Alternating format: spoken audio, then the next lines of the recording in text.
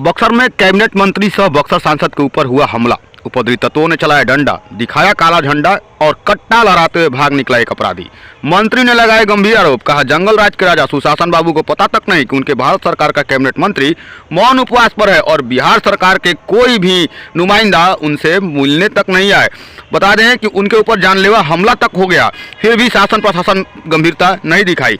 उन्होंने कहा कि हम किसानों के हित में सोचते हैं, उनकी चिंता करते हैं और नीतीश कुमार सुशासन बाबू किसानों के ऊपर अपने सरकारी गुंडों से हमला करवाते हैं। ऐसे में उन्होंने कई गंभीर आरोप सरकार के ऊपर लगाया और उन्होंने कहा कि आने वाले समय में नीतीश बाबू मुख्यमंत्री तो दूर बेरोजगार हो जाएंगे। प्रधानमंत्री बनने का उनका जो सपना है वो सपना ही रहेगा। वो एक छोटी सी भूल है उनकी कि वो प्रधानमंत्री बन जाएंगे। उन्होंने उनके ऊपर कई गंभीर आरोप लगाते हुए कहा कि जिस तरह से किसानों के ऊपर हमला हुआ है, ऐसे में नीतीश बाबू बक्सर आने से पहले उन किसानों से क्या कहेंगे, उनके दुख दर्द को कैसे बांटेंगे, यह सोचना बेहद जरूरी है।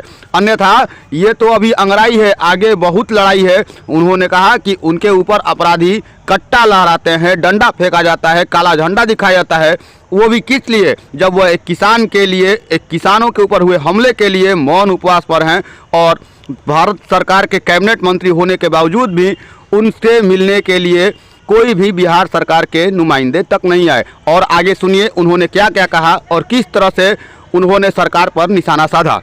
इसलिए मिलने नहीं आया कि मुझे जवाब देना पड़ेगा, मैं क्या कहूँगा, शायद इसलिए नहीं मिलने आए।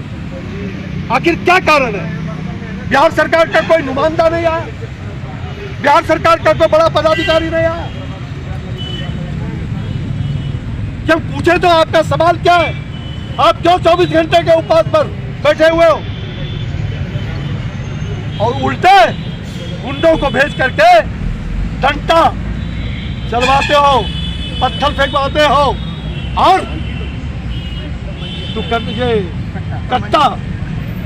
कट्टा भांजते हुए बीच सड़क पर जाता है भागते हुए।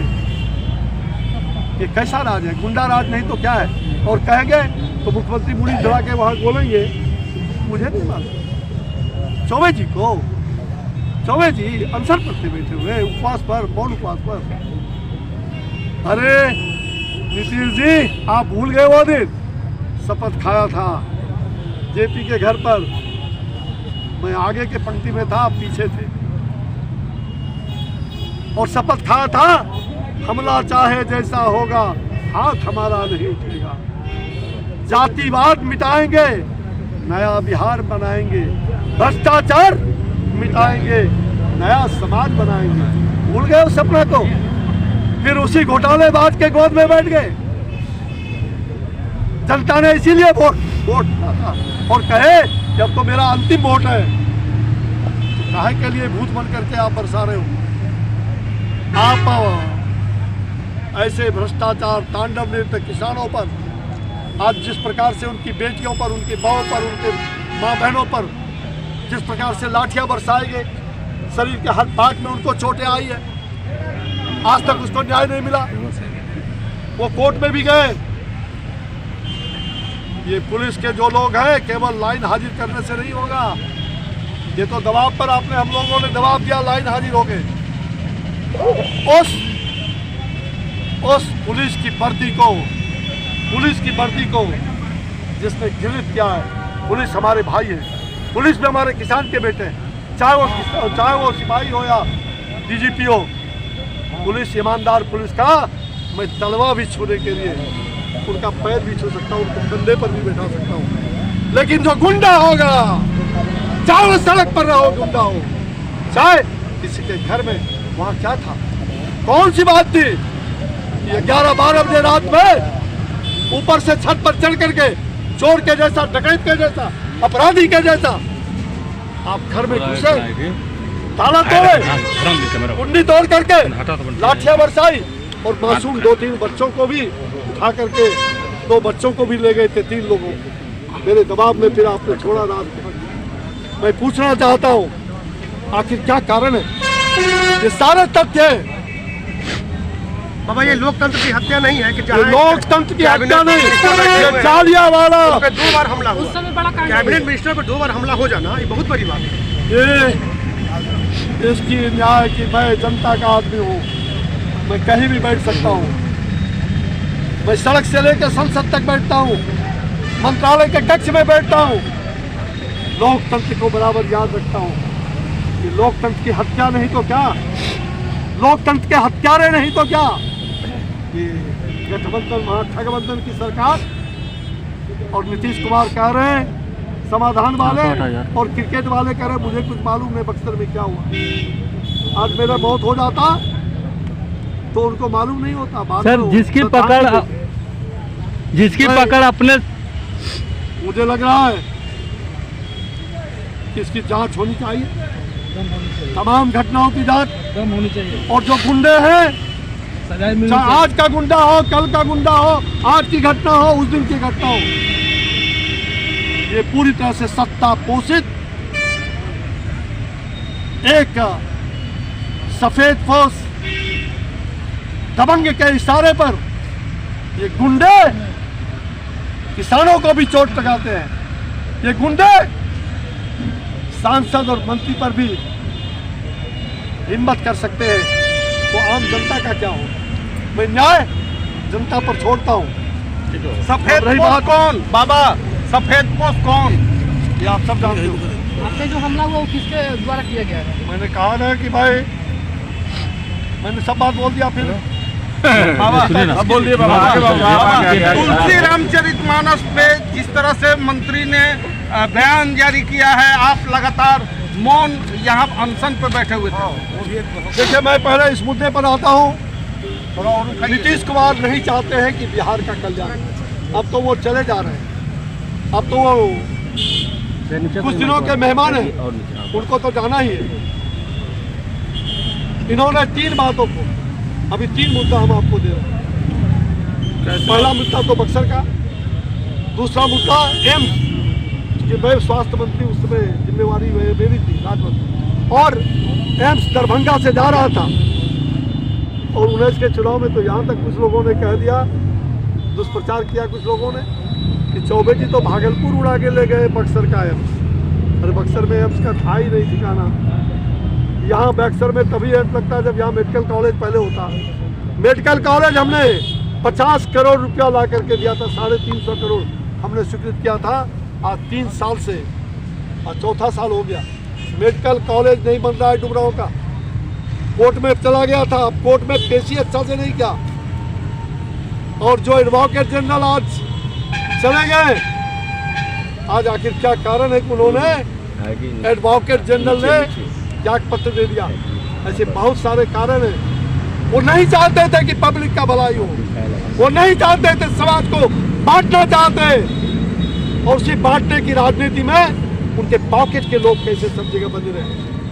यही कारण है कि मेडिकल कॉलेज आज तक नहीं बना है डुमरांव का। मैंने उसका भूमि पूजन किया है, आज 4 साल होने जा रहे हैं। कोर्ट में केस था, कोर्ट का अच्छी तरह से पैरवी नहीं किया, और मुझे कहाँ कहाँ जाना पड़ा, कैसे करना पड़ा, वो मैं जानता हूँ दर्द को। दूसरी बात एम्स का, जो मैंने दरभंगा की बात कही, उन्होंने लिखित रूप में, और भारत सरकार और बिहार सरकार का बड़े उच्चस्थ पदाधिकारी, चीफ सेक्रेटरी लेवल का, और बैठक हुआ। 8 साल एम्स बिहार में 8 साल दूसरा एम्स नहीं बना। उसके कोई कारण है, उसके कारण नीतीश कुमार है। और वो पेपर में उन्होंने कल बयान दिया है, क्या बयान दिया है? झूठी बयान।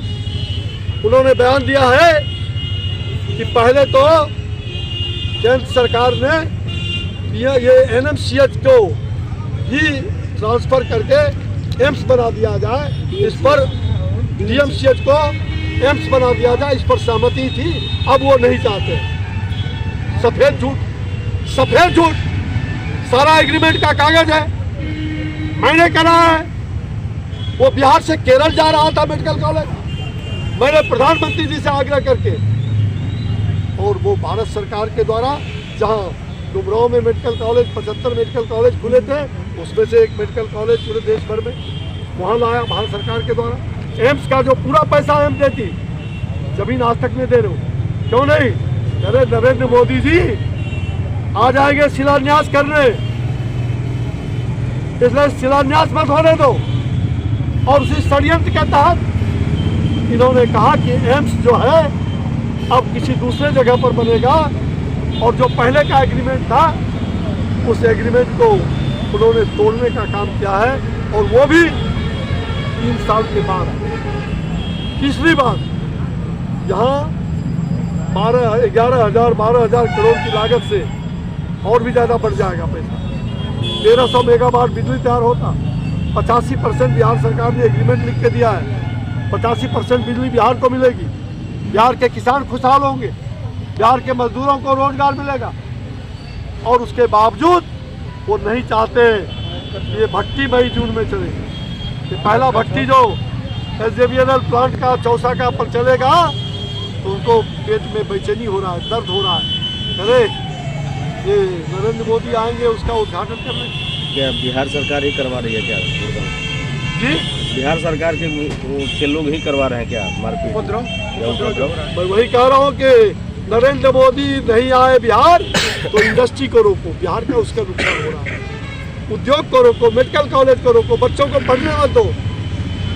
अगर कोई बच्चा कहता है कि भाई क्वेश्चन का लीक हो गया, तो वो लीक नहीं हो, वो कहा गया कि लीक होगा तो उस पर लाठी चला। अगर किसान मांग रहा है मुआवजा तो उस पर लाठी चल रहा है। अगर बेरोजगार रोजगार मांग रहा है उस पर लाठी चल रहा है। ये गुंडा राज नहीं तो क्या। और अभी एक क्रूज आज शाम को, संभवतः आज रात में किसी समय, जो 13 तारीख को प्रधानमंत्री जी ने उसका वाराणसी से शुभारंभ किया था, मैंने उस क्रूज को बहुत वर्षों से आपको मैंने कहा था, ये आध्यात्मिक जगह है। यहाँ देश विदेश से टूरिस्ट धर्माचारी यहाँ आते रहे, उसके लिए इसको सजाने की जरूरत है। सनातन संस्कृति समागम में विदेशों से 6 देश के लोग आए थे, लेकिन इनको वो रास नहीं आ रहा। और इनके लोग और ये कह रहे हैं कि ये क्रूज से कोई भलाई नहीं होगा, लाखों लोगों को रोजगार मिलेगा और दुनिया का सबसे भारत का बड़ा इमेज बन रहा है। 3200 किलोमीटर का, लेकिन ये झूठी बात कह करके और जनता को बरगला करके कि ये मछली नहीं इसमें मरेगी, ये विकास को होने नहीं देना चाहते। अपने तो किया नहीं, अपने तो नकली विकास पुरुष बन करके रहे। मैं उनके कैबिनेट में मंत्री था, मेरे आंखों से आंख वो नहीं मिला सकते, आंखों से आंख नहीं मिला सकते। ये नकली मुख्यमंत्री, आप क्या चाहते हो? बिहार को बर्बाद करना? एक अहम सवाल ये है कि बाबा नीतीश कुमार घोषणा किए हैं कि ये उपद्रवी तत्व को पूछने वाले बिहार की सरकार, नीतीश कुमार, जवाब दो। बक्सर की जनता ये जानना चाहती है। सर बिहार